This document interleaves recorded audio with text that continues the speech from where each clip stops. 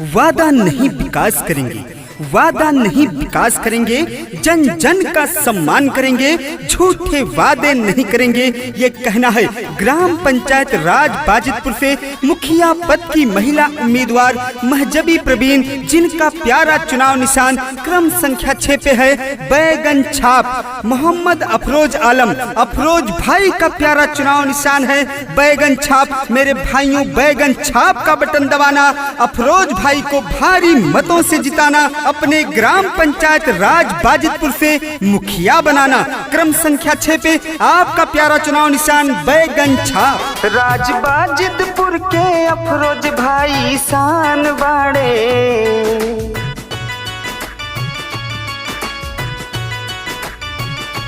राज बाजितपुर के अफरोज भाई शान बाड़े, जानत जहान बाड़े हो।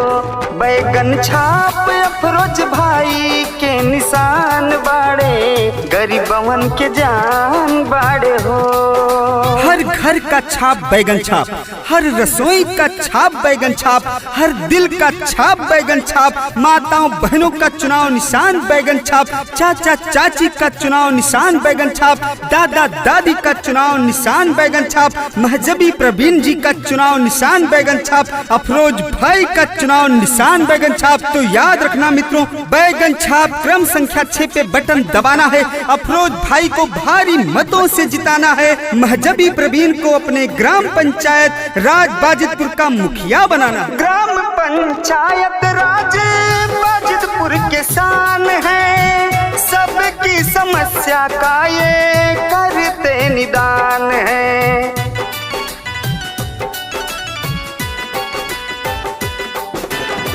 ग्राम पंचायत राज बाजितपुर के शान है, सबकी समस्या का ये करते निदान है। सेवक नेक बेटा लोगवन के अरमान बाड़े, जानत जहान बाड़े हो। बैगन छाप अफरोज भाई के निशान बाड़े, गरीबवन के जान बाड़े हो। जन जन की है यही पुकार, जन जन की है यही पुकार, अफरोज भाई अब की बार। जन जन की है यही पुकार, अफरोज भाई अब की बार।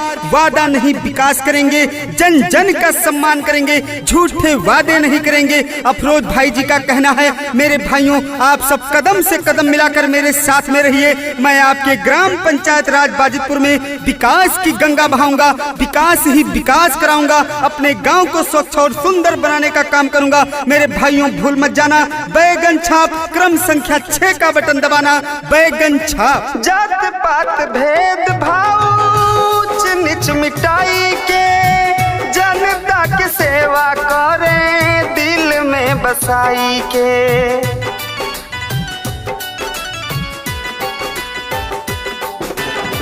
जात पात भेद भाव ऊंच नीच मिटाई के, जनता की सेवा करें दिल में बसाई के। सुख दुख मिलके बाटस ही है ता पहचान बाड़े, जानत जहान बाड़े हो। बैगन छाप अफरोज भाई के निशान बाड़े, गरीबवन के जान बाड़े हो।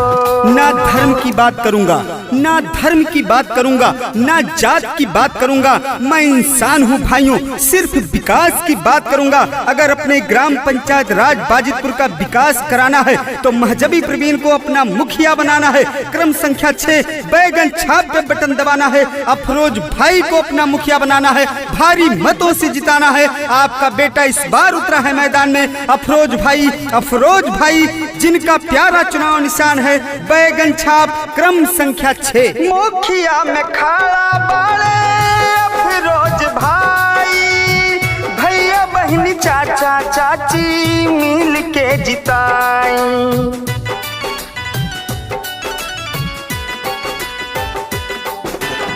मुखिया में खड़ा बाड़े अफरोज भाई, भैया बहनी चाचा चाची मिल के जिताई।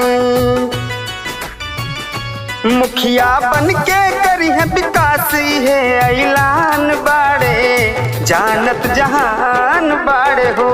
बैगन छाप अफरोज भाई के निशान बाड़े, जानत जहान बाड़े हो। जिधर सिर्फ विकास की बात हो उधर विश्वास बन जाता है। नेता बनकर नहीं बेटा बनकर मिलो तो गरीबों का आस बन जाता है। चुनाव क्या हर जंग जीत सकते हैं, क्योंकि जिधर युवाओं का कदम पड़ता है उधर इतिहास बन जाता है। आपके ग्राम पंचायत राज बाजितपुर का इतिहास बदलने के लिए एकदम तैयार हैं अफरोज भाई। बस आपको आगे आना है और अपनी चट्टानी एकता का परिचय देते हुए क्रम संख्या 6 बैगन छाप का बटन दबाना है। अफरोज भाई को भारी मतों से जिताना है, अपना मुखिया बनाना है। क्रम संख्या 6 पे आपका प्यारा चुनाव निशान बैगन छाप, बैगन छाप। गली नाली घर बन वही है सबके पेंशन, दुखिया गरीब लोग के दूर करी है टेंशन।